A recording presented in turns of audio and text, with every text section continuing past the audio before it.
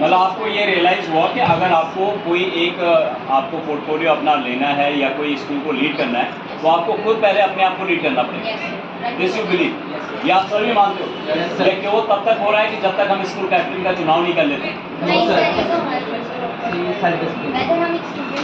हाँ माया, आप तो काफ़ी वैसे भी रेगुलर होते हैं, लेकिन did you bring any change after that, जब हमने बोला था कि आप शॉर्टलिस्टेड हो और हम आपका देख रहे हैं कि आपको हम अगर मैं कैप्टन नहीं भी बनती तो मुझे कोई फर्क नहीं पड़ता, क्योंकि कैप्टन कुछ करे या ना करे एट द एंड काम करना है स्टूडेंट्स को जो मेंबर है हम।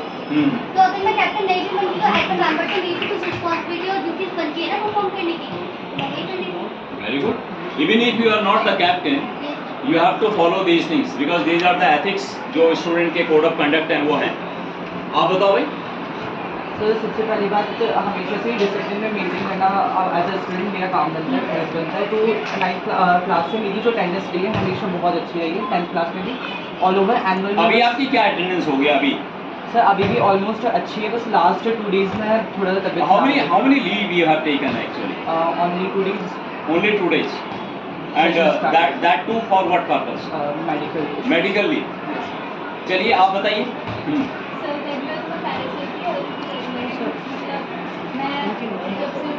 आपने अभी कोई क्लास बंक नहीं किया, कोई मतलब कोई क्लास मिस नहीं किया? बंक का मतलब मिस नहीं की।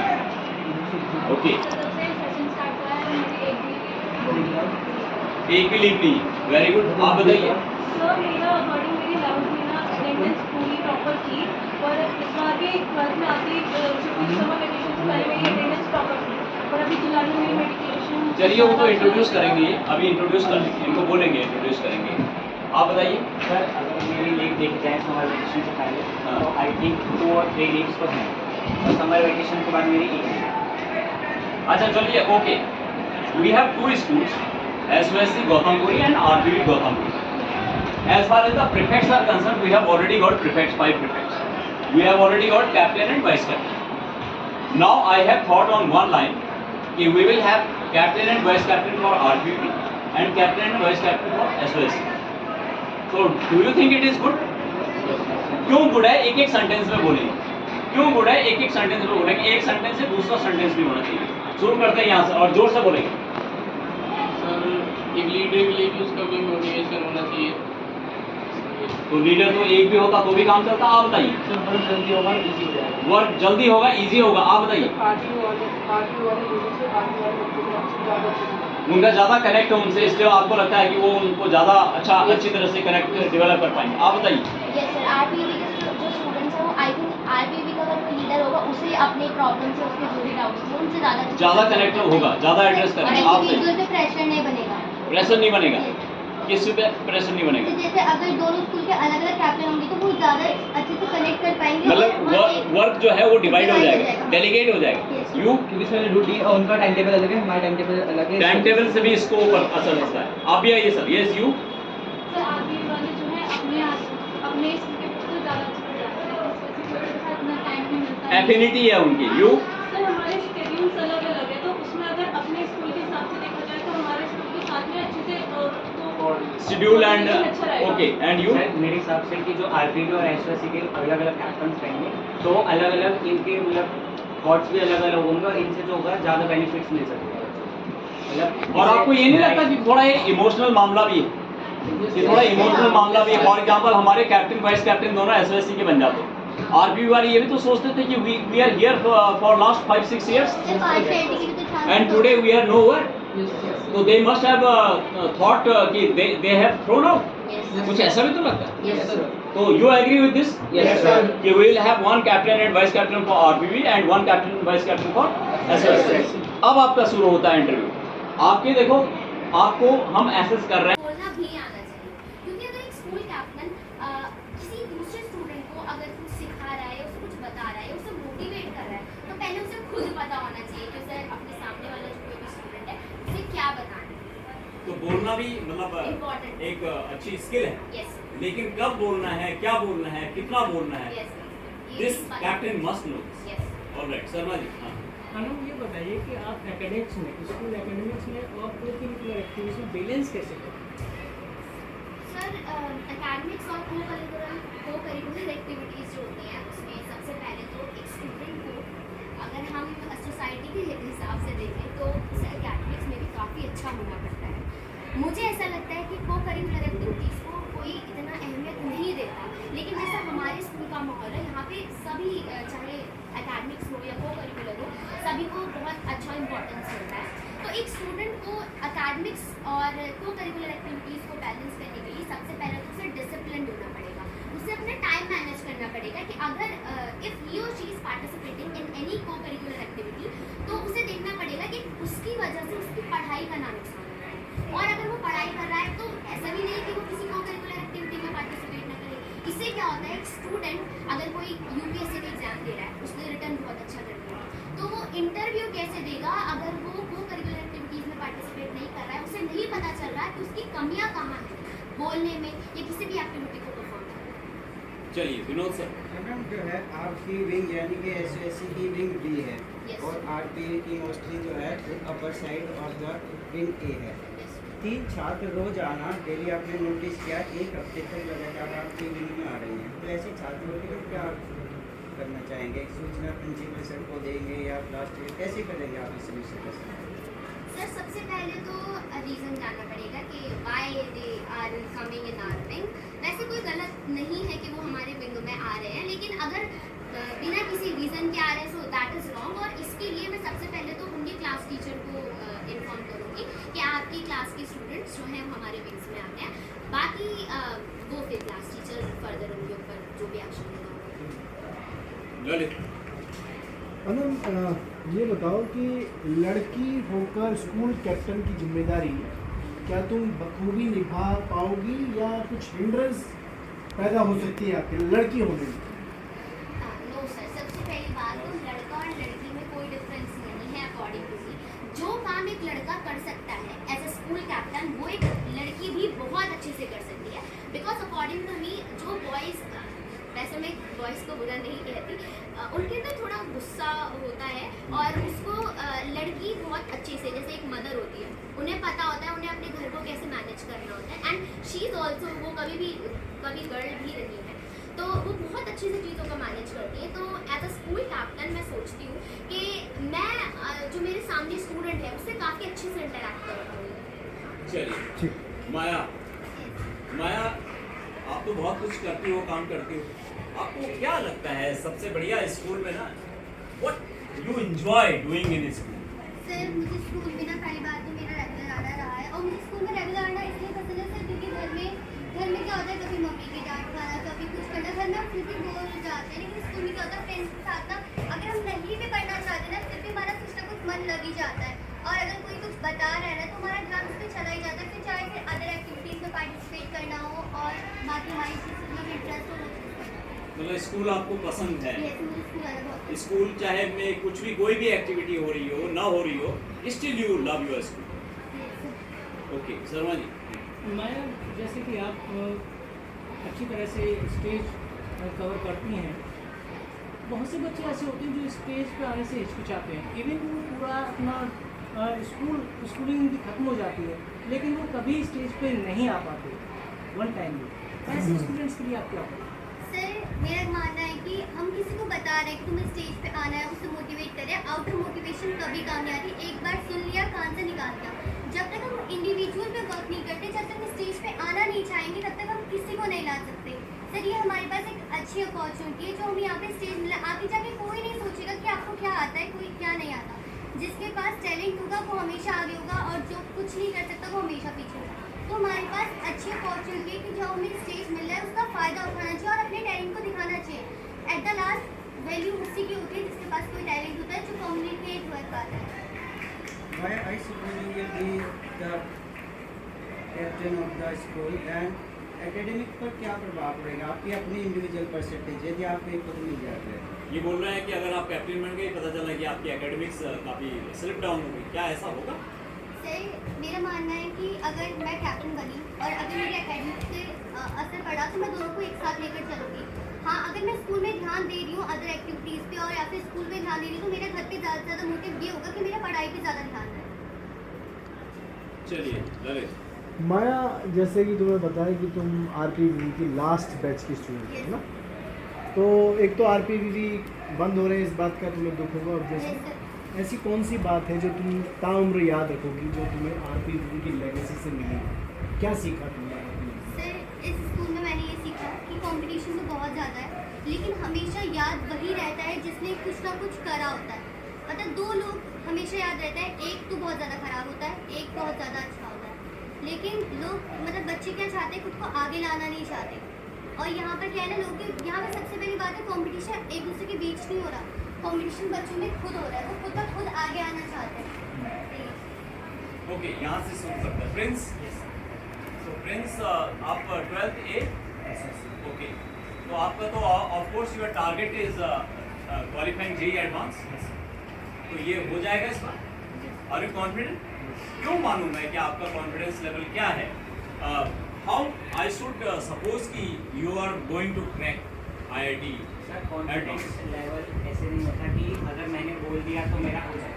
मेहनत कर, सब चीज़ मेहनत से होती है। अगर मैं मेहनत ही नहीं करूँगा तो कुछ हो नहीं, जाएगा। मेहनत भी बड़ी हुआ है ना, एक मतलब मेहनत का पता नहीं चलता।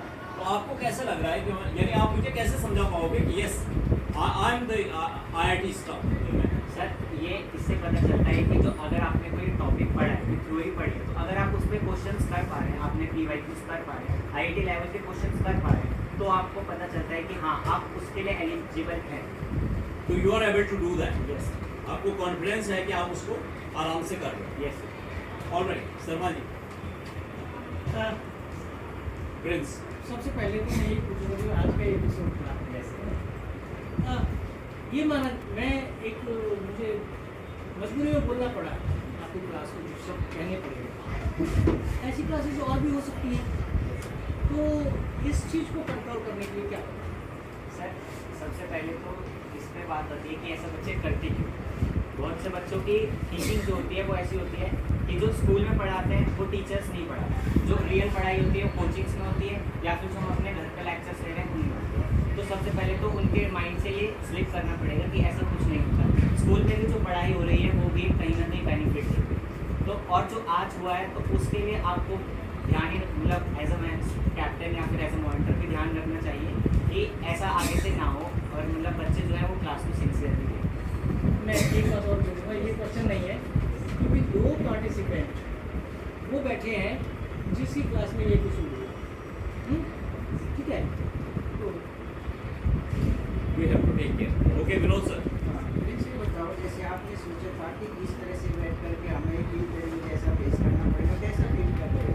सर फील तो अच्छा ही हो रहा है कि अगर मैं ऐसा मानता हूँ कि अगर मैं एज अ स्कूल कैप्टन भी नहीं बना या कैप्टन में नहीं आ पाया इसमें, ठीक है, तो इस इंटरव्यू से कहीं ना कहीं मुझे बेनिफिट होगा कि आगे चल के जब मेरा कॉलेज आएगा या फिर मेरी जॉब लगेगी तो उस इंटरव्यू में भी मेरा एक्सपीरियंस बेटर होगा कि आगे मुझे एक्सपीरियंस हो जाएगा कि कैसे इंटरव्यू होता है।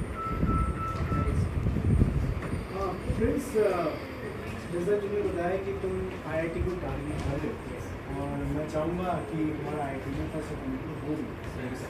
जब तुम्हें ये खबर मिलेगी तुम्हारा IIT में तुम्हारी मतलब प्रीफर्ड ब्रांच की उसमें मिली है, तुम किसे सबसे पहले इन्फॉर्म करोगे, अपने टीचर्स को या पेरेंट्स को?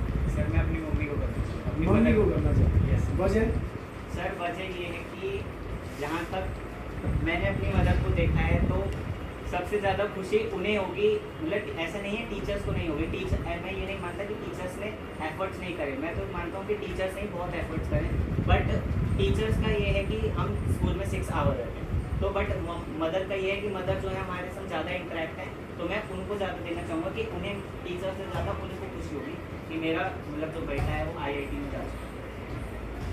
चलिए गरिमा से शुरू करते हैं। गरिमा, तुम तो काफ़ी एक्टिविटीज़ में पार्टिसिपेट करती रहती हो, ठीक है, और you are very much confident also. अगर स्कूल कैप्टन आपको यानी बन जाती हो तो what would be your first action in this? पहला एक्शन क्या होगा? सर जैसा आपने बोला कि मैं को-करिकुलर एक्टिविटीज़ में आगे रहती हूँ। एकेडमिक्स अगर देखा जाए तो हमारे जो स्कूल में जो स्टूडेंट्स हैं वो एग्ज़ाम दे के आए हैं, तो वो ऐसा नहीं कि वो एकेडमिक्स में बहुत ज़्यादा ख़राब है। एकेडमिक्स तो वो अपना कर ही लेंगे, पर स्कूल में हमारे जो स्टूडेंट्स हैं वो को-करिकुलर एक्टिविटीज़ के लिए कोई नहीं आता है। अभी हमने रिसेंटली अब जो फोक डांस के लिए अभी चल रहा था कि हमें ग्रुप बनाना था, तो उसमें स्टूडेंट्स नहीं आए थे, तो हमें उन्हें ज़बरदस्ती लाना पड़ रहा था। फिर भी एंड में हमारी टीम नहीं कि मैं सबको मोटिवेट करूँ। अगर किसी को कोई प्रॉब्लम है तो वो मुझसे इंडिविजुअली करे। यानी मोटिवेशन करोगी आप, आपका Motivate- कहने का मतलब है you will start with motivation आप स्टूडेंट्स को शुरू करोगे, यहाँ से शुरू करो। Yes, sir. Okay. और ऐसा नहीं है कि आप एक बार स्टेज पे गए आपका फोबिया खत्म हो गया। Consistency is a main thing कि आपको कंसिस्टेंट रहना पड़ेगा। भले ही आप थोड़ी देर के लिए जाओ, जरा सी देर के लिए असेंबली में आप आगे आ सकते हो। जैसे राष्ट्रीय गान होता है, स्कूल की गर्ल्स स्टार्टिंग करवाती है, तो उस वो भी एक बहुत बड़ी चीज़ होती है कि बच्चे आगे नहीं आते हैं। तो मैं चाहती हूँ कि आगे आए, वो अपने बातों को अपने पॉइंट ऑफ व्यू से रखें। चलिए शर्मा जी। जैसा कि हमारा स्कूल SDG गोल्स पर सस्टेनेबल डेवलपमेंट पर बहुत वर्क कर रहा है, ठीक है। आपने अपने बहुत भी डिग्री करके एफर्ट से और सारी चीज़ें हो रही हैं। आप ये बताइए कि इन सभी SDG गोल्स में किस गोल को सबसे पहले स्कूल लेवल पर आप शुरू करना चाहोगे? Sir I think no hunger मैं इसलिए कहना चाहती हूँ, अगर हमें लाइक एक देखते हैं सर्वे वाइज देखते हैं कि अगर हमें फूड नहीं मिलेगा, विदाउट फूड ह्यूमन सर्वाइव नहीं कर सकता है। So no hunger is human necessity होती है sir food. So no hunger is a major thing कि होना चाहिए कि उस पर सबसे ज़्यादा काम होना चाहिए। लाइक बच्चे आते हैं, मैंने देखा है कि कुछ जैसे आप यहाँ पे हमारे स्कूल में मिड डे मील नहीं मिलता, लेकिन अगर आप गवर्नमेंट स्कूल में देखो तो वहाँ पे मिड डे मील मिलता है। तो बच्चे जो होता है अपना वो टिफिन लेते हैं, वो डस्टबिन में डालते हैं, मिड डे मील लेते हैं गरम गरम और वो खा लेते हैं। सो फूड की वेस्टेज ये बहुत गलत बात है कि आपको कोई चीज़ प्रोवाइड की जा रही है और आप उसका अच्छे से यूज़ नहीं कर रहे हो। जिनको वो चीज़ नहीं मिलती उनको उस चीज़ की कदर होगी। ठीक है, जीरो हंगर पे काम करोगे। शर्मा जी। जैसे सर ने बात की सस्टेनेबल डेवलपमेंट गोल की, ऐसी ही एक जो है पेंटिंग के लिए पृष्ठभूमि बैकग्राउंड तैयार की गई है। और अगर उस पर काम किया जाए, आप कैटरिंग बन जाते हैं, तो सबसे पहले इसके लिए क्या करें? सर मेरे हिसाब से हर क्लास में ग्रुप्स बनते हैं। हर कोई बच्चे के अंदर वो आर्टिस्टिक वो नहीं होता कि वो जाके पेंटिंग करे उस पर। सो फ्रेंड सर्कल हर क्लास में होते हैं, तो उनको साथ में कन्वे करना चाहिए कि ये चीज़ हमें वहाँ पे पेंटिंग करनी है और आगे हमारी क्लास में होना चाहिए। सर जब तक आपके अंदर कॉम्पिटिटिव वो नहीं आएगा कि हमें अच्छा सर ने कहा था कि जिसकी पेंटिंग अच्छी होगी उसको प्राइज़ भी दिया जाएगा, तो क्लास में ये चीज़ कन्वे होनी चाहिए कि आपको करना है। ग्रुप बनाइए, एक चीज़ डिस्कस करिए। हमारी क्लास में तो स्मार्ट स्क्रीन भी लगी हुई है, तो हमको तो उस पर सर्च भी करना चाहिए कि आपको ये करना है। Alright, very good.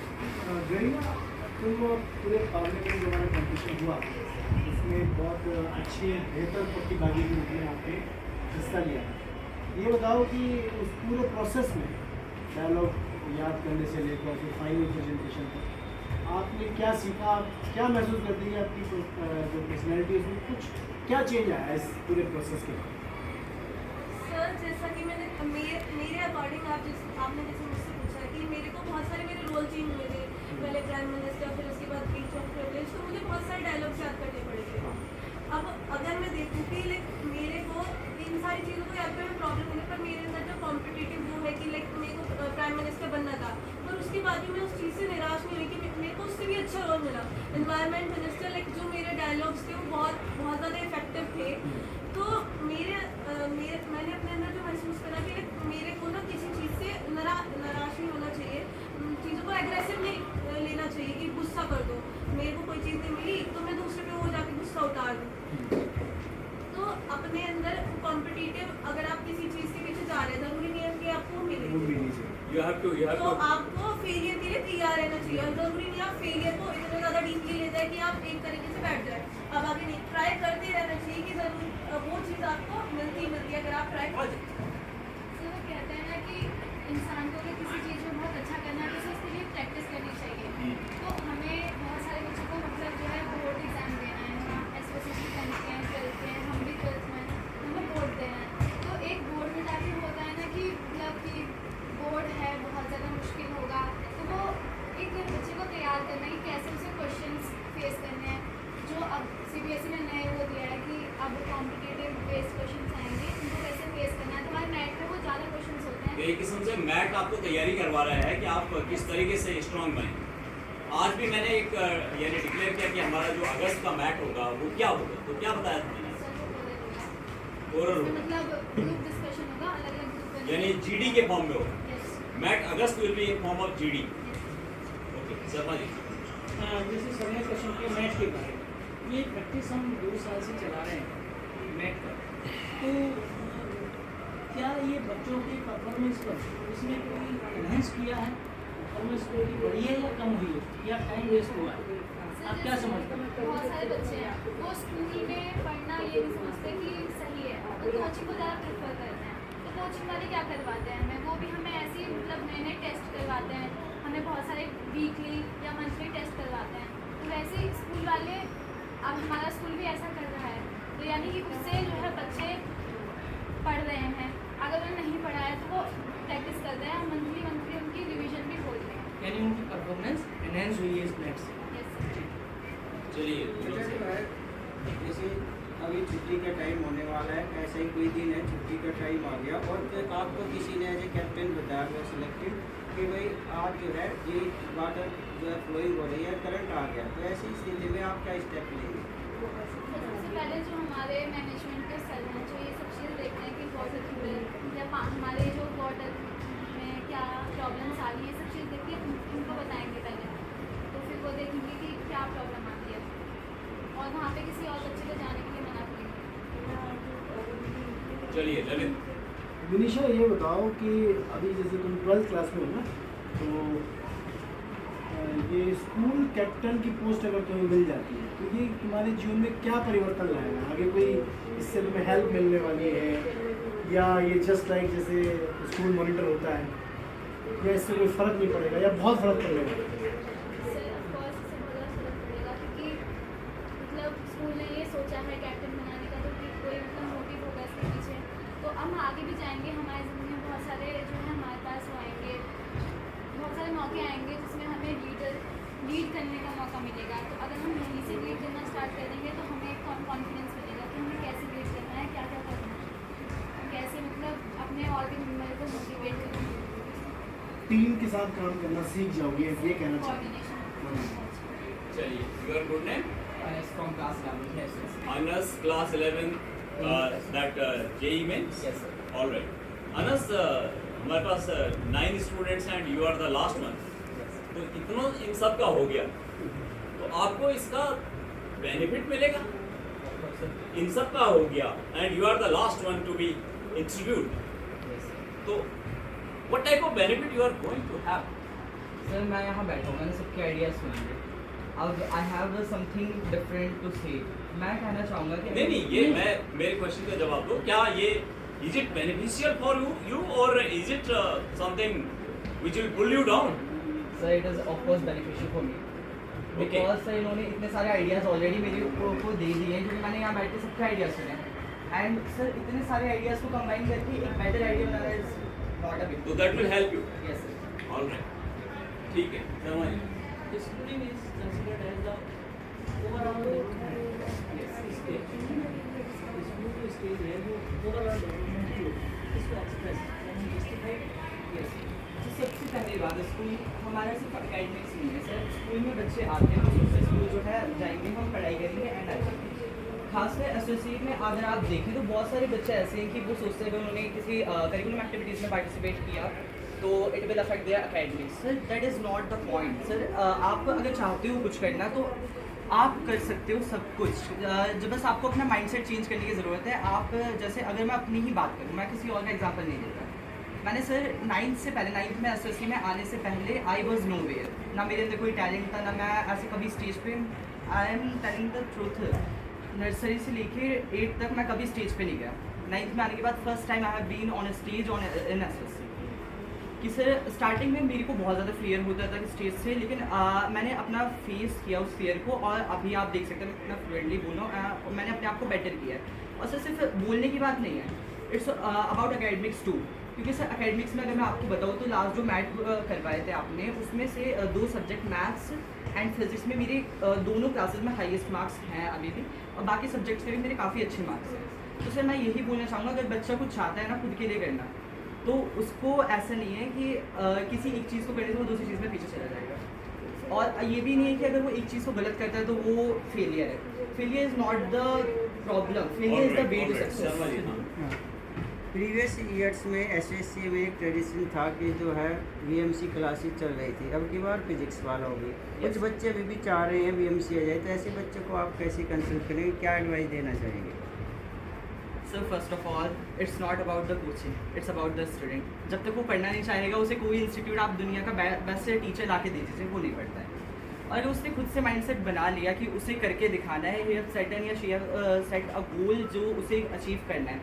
And sir सबसे पहली बात सक्सेस साइंस के हिसाब से, साइंस के हिसाब से अगर मैं बात करूँ, मैं साइंस का स्टूडेंट हूँ ऑफकोर्स सर, एक प्रोपोर्शनल का साइन होता है। तो मैं एक बात कहना चाहूँगा, success is directly proportional to study. और सर उस प्रोपोर्शनलिटी के साइन को आप हटाएंगे तो success is equals to luck into में स्ट्रगल। तो सर आपको जब सक्सेस चाहिए ना, आपको कोई टीचर सक्सेस ला के नहीं देगा। टीचर बस आपको कॉन्सेप्ट क्लियर करा सकता है और इसके आगे वो कुछ नहीं कर सकता। आपके दिमाग में वो चीज़ें गई या नहीं वो आपके ऊपर डिपेंड करते हैं, आप कितने कंसंट्रेशन से पढ़े उस बात को और आपको कितने लॉन्ग टर्म के लिए या शॉर्ट टर्म के लिए वो चीज़ें याद हो। चलिए, thank you. We come to learn.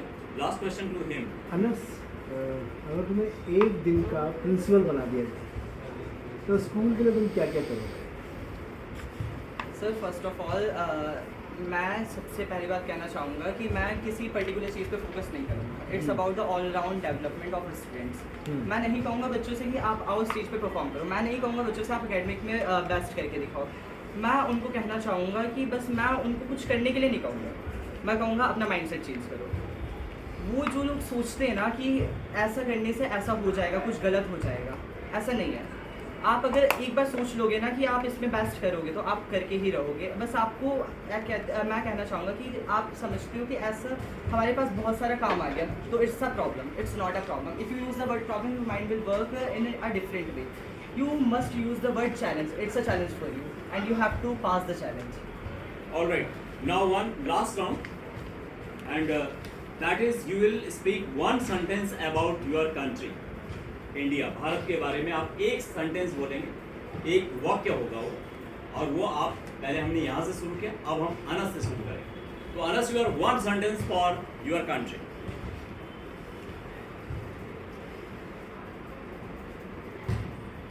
Sir India has population but not the mindset. India has population but not mindset. तुम बताओ। अवेयरनेस नहीं, सेंटेंस बोलना है, वर्ड नहीं। एक सेंटेंस बोलो हमारी कंट्री को डिफाइन करने का, या उसको यानी एक किस्म से उसका इनक्रेडिबल जो भी उसकी ट्रेट्स हैं, वर्च्यूज हैं, उसके बारे में एक स्ट्रेट सेंटेंस बोलो।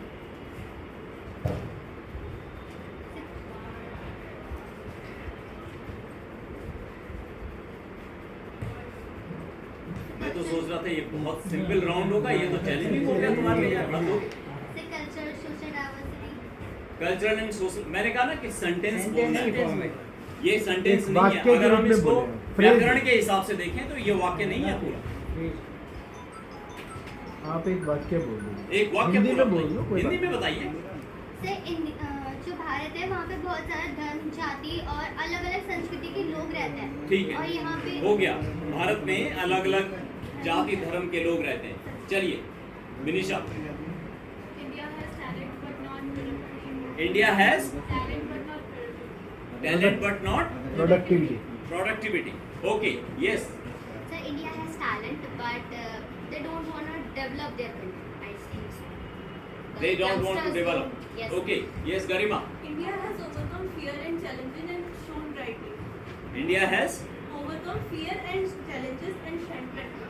okay, India has overcome Fear. fear and challenges. All right. Sir India के पास प्रॉपर टैलेंट है, बट उसको एक्सप्रेस करने के लिए प्रॉपर प्रोडक्ट्स हैं। Proper products नहीं, yes. इंडिया के पास टैलेंट है, अपॉर्चुनिटी नहीं है। अपॉर्चुनिटी नहीं है, टैलेंट है। सबने एक दूसरे का सारे टैलेंट और अपॉर्चुनिटी में ही रहेगा सारे। इंडिया एक उगते हुए सूरज की तरह है, जिसकी रोशनी बढ़ती जाएगी। उगते हुए सूरज की तरह है जिसकी रोशनी बढ़ती जा रही है। आप बताइए, जोर से बोलो थोड़ा। India is the mother of India is mother of democracy. चलिए, आपका यहाँ पे ओवर होता है और अब हम आपको रिजल्ट जो है वो उसी दिन बताएंगे। आपको 14 को सबको आना है, क्योंकि that will be decided only that day. बच्चों के तभी बताया जाएगा।